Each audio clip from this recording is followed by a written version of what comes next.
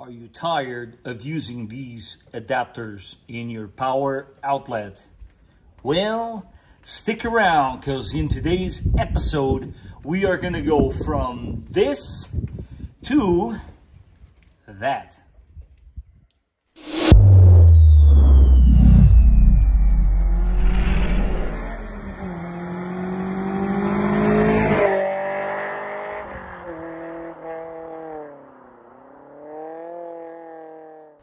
Ladies and gentlemen, welcome back to the channel. This is the Vikings Garage. And on today's episode, we're going to go and once and for all get rid of this and keep everybody happy in those front seats when it comes to charging your smartphone. As far as tools needed for the job, guys, once again, this is one of those that it is so simple, it's not even funny. You're going to laugh at yourself on easy this was once you're done with it. But let me give you a breakdown of everything you need to know. That is the part number for everything necessary. It all comes inside that box. This is exactly what you should be expecting at the end. It's a little port like so. Again, this is OEM as OEM can be. It's sold by Toyota. And that's basically, well, other than upside down, what you're going to have inside your vehicle instead, of course, of your 12-volt power outlet, which is this guy right here. This is going to fit like it belonged there from day one, and you guys will see in a second what I mean by that. As with every other episode of this kind, I'm going to go ahead and give you guys the best possible shots and step-by-step on how to get this accomplished. As for right now, the very next thing we need to do is remove this trim piece, and there is one on each side so that we can access this panel and remove it out altogether. Before we do remove this one, this massive piece that's here in your center console does have to come out because it doesn't interfere with that. And I know what some of you might be saying, that's a lot of stuff coming out. Unfortunately, guys, if you don't want to gouge anything, that's kind of what you have to do. Clearly, twist your shifter off. What are we doing next? Let's go with the transfer case as well. Super simple. These pieces afterwards, this is just a little top tip. I like to go ahead and place a rag over them. There's a very good reason for that, and we'll get there in a second. Grab your trim tool, and you want to go on the edge of the piece, like so. Pry it up. As you can see, this thing basically is coming out like butter. Hopefully, I didn't just jinx myself. Pull it up. You're going to have one connector right there, and go ahead and do it. I'm sure I'm doing this beautifully on camera here. Once you've done that, go ahead and place your piece in a safe location. And we are going to go ahead now next and then remove these guys. You do want to utilize your plastic trim removal tools. Find the very bottom, or I should say rear edge of that trim piece. Stick the tool in there. Put your hand like so. Pry it forward. And she comes right out, you know, gracefully. It has some clips, there you go, that you have to pop, and there they are. Got basically two on top, one on the bottom, and two more right in the center. I do want to apologize in a way, guys, because the angles on this one are turning out to be quite challenging to film, to say the least. So do please bear with me. I'm trying my very best to show you how simple this actually is, because it is very simple. But let's go carry on. Once you are done removing the other side as well, let me show you what the next step is. If you've gotten this far, it should look a little something like this. My next step, I'm actually in this case going to go ahead and remove my little cubby drawers. Again, highly recommended. Love those things. And now it's pretty simple. You want to go ahead and take out your AC controls. Again, they are basically attached with clips as well, as you just saw there, one-handed. Again, remember the rag deal. The reason why I put the rag is because I don't want you guys gouging anything. As you just saw there, that was a bit of a close call, but enough room nonetheless. So I'm going to go ahead now, do off camera, so I can utilize both my hands and do this guy and take that clip off so we can put this to the side. Once the AC controls are out of the way, you're going to now grab a 10 mil. I don't know about you, I got myself an extra 10 millimeter socket just in case. You know how that goes. And let's go ahead and undo both of these 10 mil.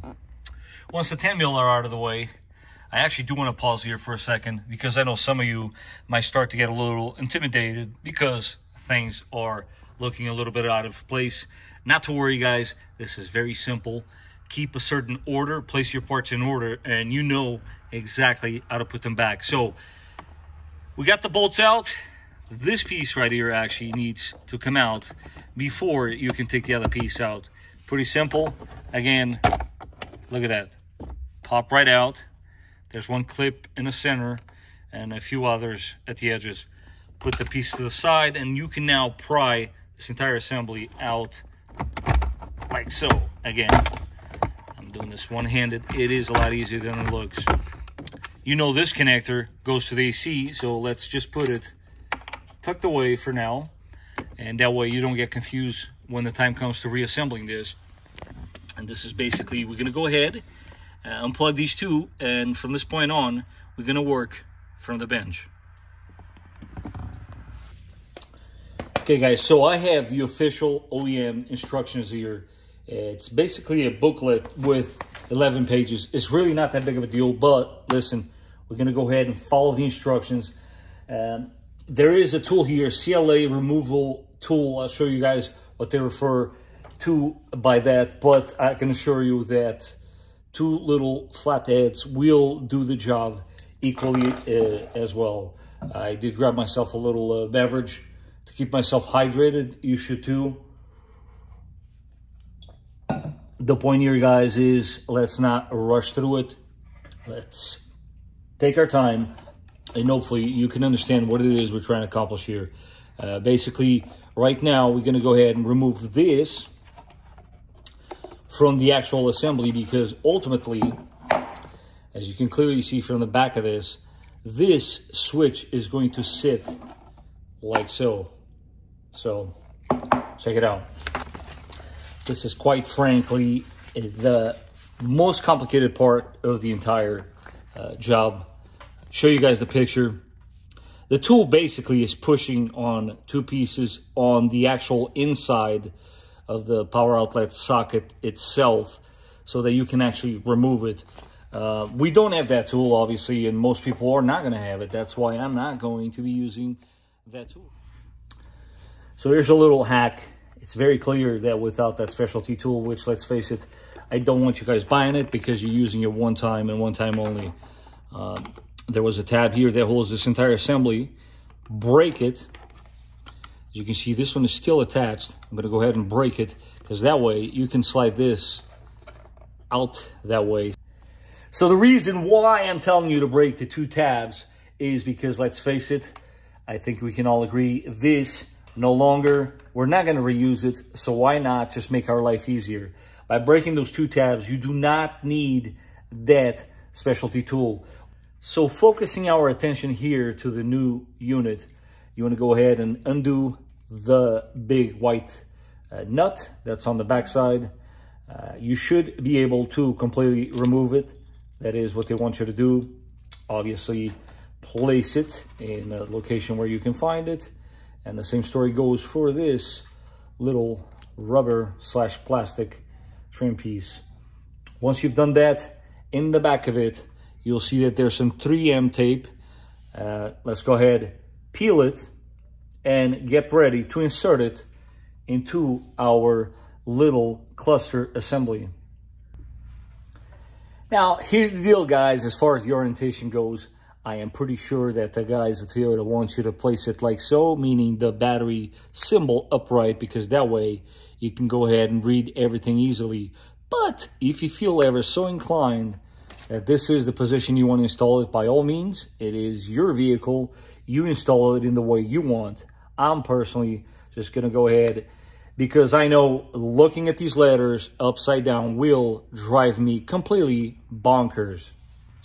So let's go ahead, feed it through the hole, like so. Again, remember there's the 3M tape, so you want to go ahead and position this upright. There we go. And now you go through the backside and you feed your washer plastic piece and then your big white nut. Again, these are not the most beautiful shots you probably will ever see on YouTube, but the key is that we do get this accomplished at the end, which I have absolutely no doubt, guys, you can absolutely get this done at home. Again, keep your eyes on one side, make sure everything is copacetic. And this is actually pretty easy to align, because if you look, you can actually go based on the line and more or less make it parallel to it. And therefore, you should have no problem tightening this up in the correct location. When everything's said and done, there's your end result. Guys, tighten this up by hand. There is no torque specs. This is common sense. You feel like it doesn't move anymore, you are good to go. And again, I want things to be eligible and upright. So this is basically the way mine is going to look. You now have not only one USB port, but 2 more. So no more excuses. Everybody can charge their phones. And most importantly, no more need for this. Before we do go ahead and move to the interior of the vehicle, I think it's important to note, this is the plug for the new outlet. This is your old one. Guys, it's plug and play. It's that simple. It's the same exact plug, same exact configuration. There's nothing else to it. There is, and I'm sure this is the part in which everybody's going to get really mad at me.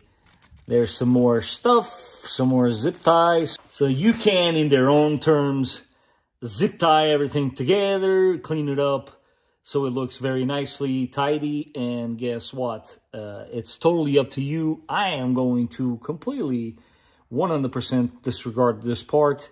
All I care about is that you make sure to plug this up as you should. Basically, this is the part of the owner's manual in which you will read something along the lines, installation is a reversal of removal. How neat, right? Guys, super key here. You see that plug? They're totally different. There is no way you can get this wrong. And yes, I'm going to go ahead and reinstall it. And I don't think you need to see it step by step. But just in case, here's a speeded up version of it.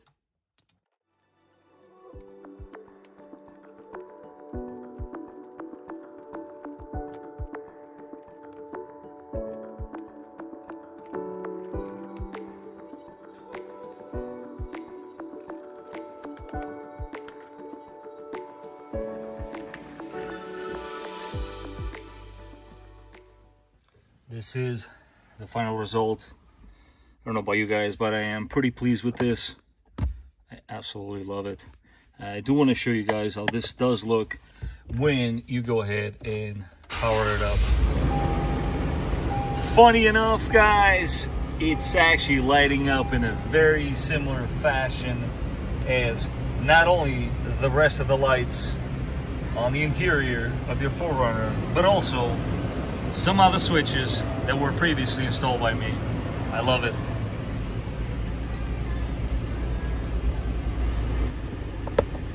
Goes without saying, now you got plenty of charging going on up here. Yeah, you need one more? I got you right there. Not bad, not bad. Your feedback is more than welcome in the comment section down below. I hope it was an easy video to follow. As always, if you do indeed use this power outlet in the front, then completely disregard the entire video, as this is clearly not a small modification that applies to you. But for those like us, like me, that need more than one charging device, this is perfect. When you have tablets, phones, and all sorts of things, it is a lot easier than using that adapter. Guys, it is probably a little late to mention this, but better late than never. This modification is for your 2020 4Runner and up. According to the instructions, this only fits and applies for 2020 4Runners. So proceed with caution. Can you do it on older models? Probably. But again, the instructions and the modification applies to 2020 models and up. And with that, it is the end of another episode. As always, guys, I want to take this opportunity to thank you for watching. If you enjoyed the video and you found it to be helpful, don't forget to smash that like button. If you haven't done so, don't forget to subscribe. And I will catch you guys on the next one.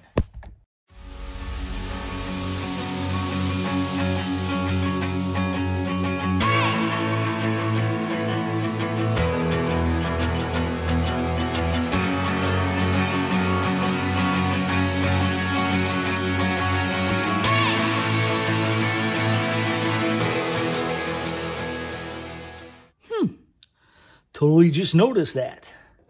One door will open like this, and this guy will open like that. That's okay.